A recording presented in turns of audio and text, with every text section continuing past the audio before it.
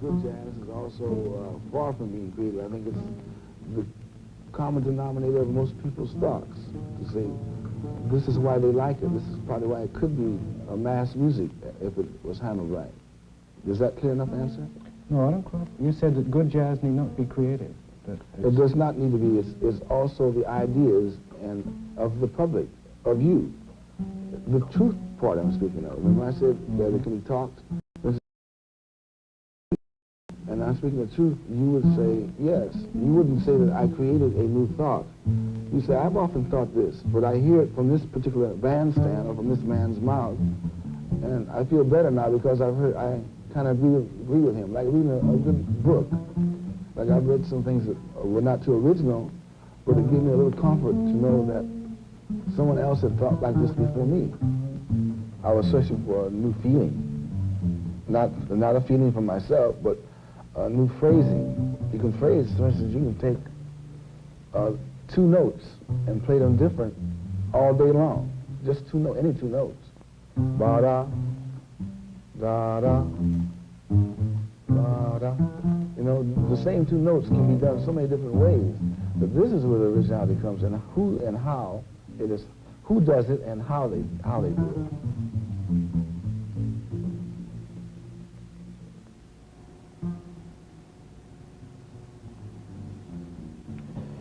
In Vancouver tonight, Charlie Mingus.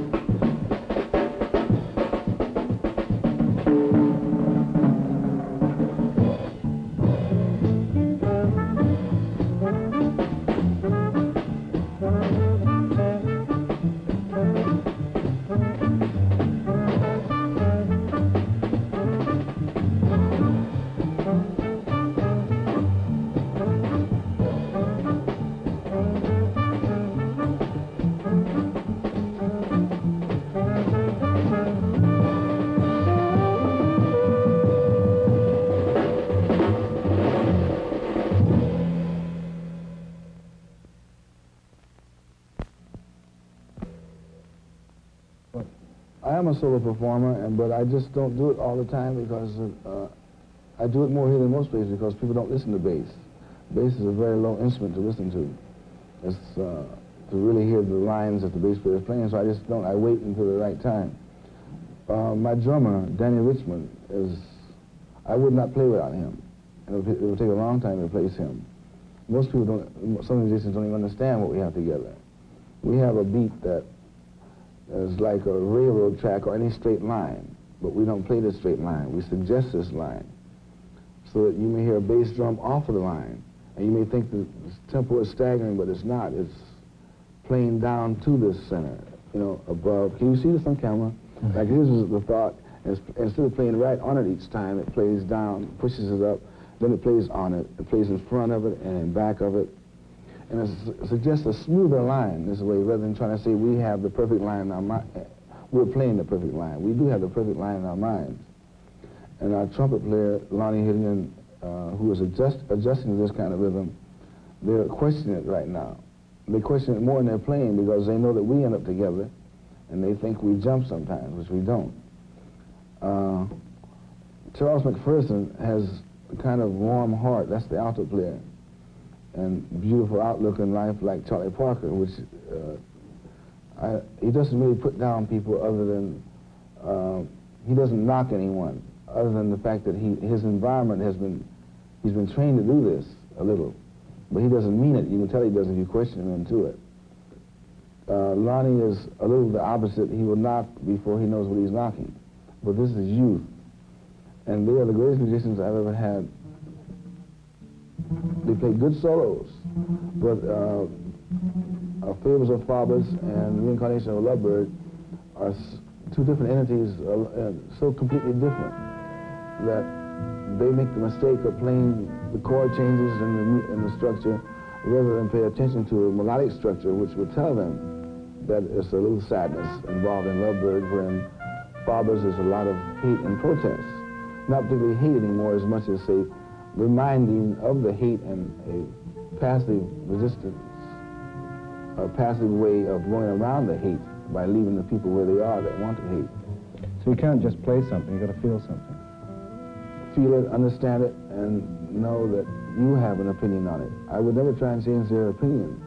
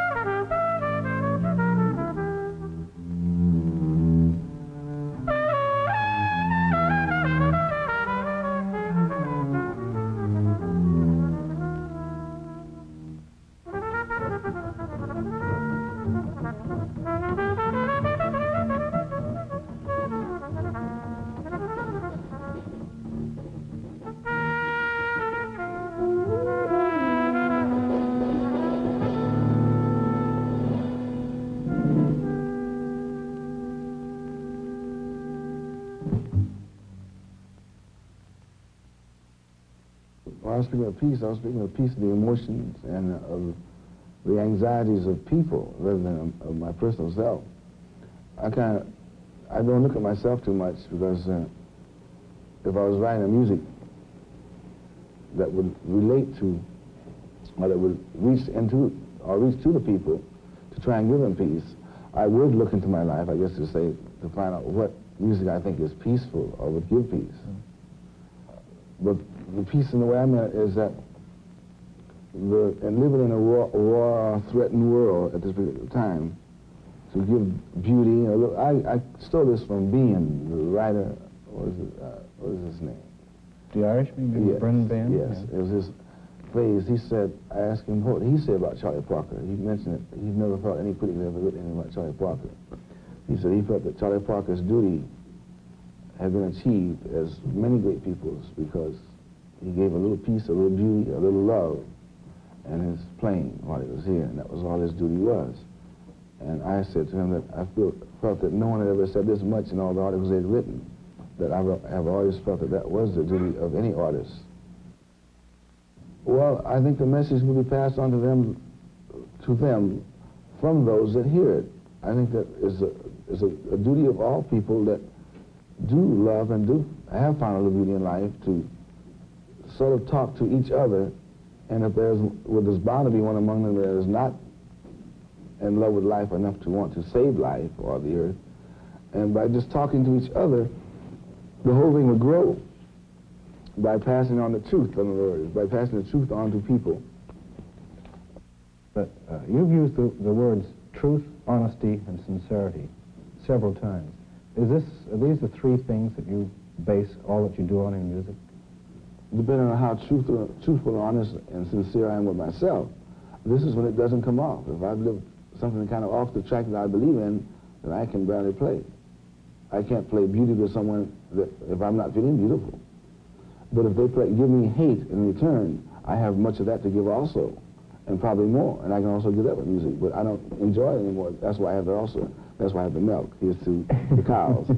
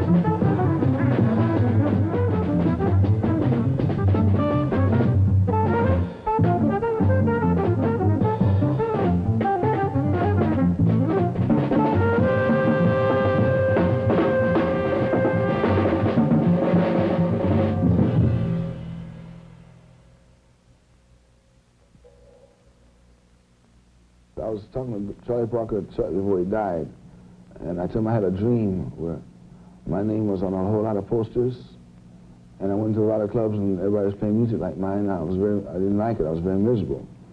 He says, how do you think I feel to go into clubs and hear guys playing a solo I played on Perdido, and they're playing the same solo on Hot House, which is what this thing called Love. He said that this is what is killing me, the fact that people do copy badly, because no one can actually copy the reason that Charlie Parker played a solo, but they will take your solos, and particularly solos I'm speaking about. To play my tunes, I wouldn't care how they played it. If they really played it, they must like it, so they'd have to play it right. But tunes is still not composing. When I speak of composition, I speak of what is going to happen in Toronto with CBC, with the 2-hour thing. I'm supposed to do one symphony with the jazz musicians and also a ballet. I forgot to say Melissa Hayden is going to be in it, which I work with her in this Robert Harris Theater ballet we did on Frankie and Johnny. And I fell in love with the way she can dance with her eyes or her fingers, you know.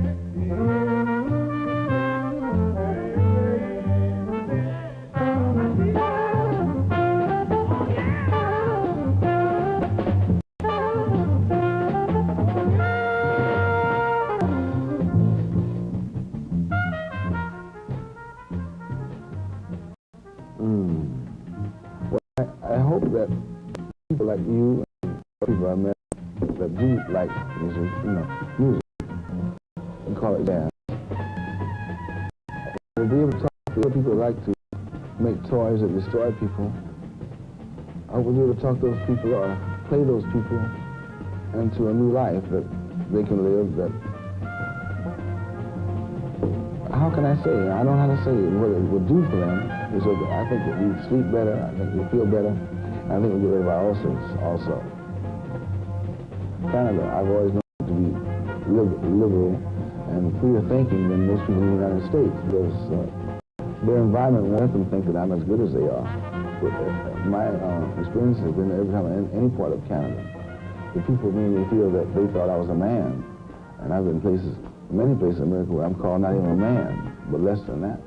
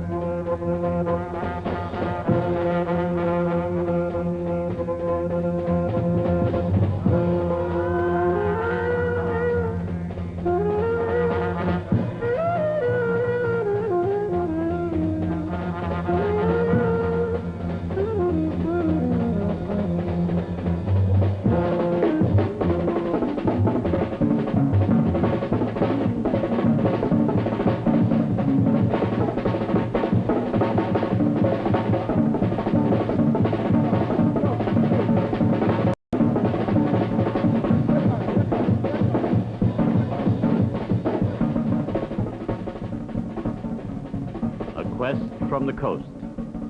Charlie Mingus from CBC Vancouver, his jazz and his idea. Back in a week.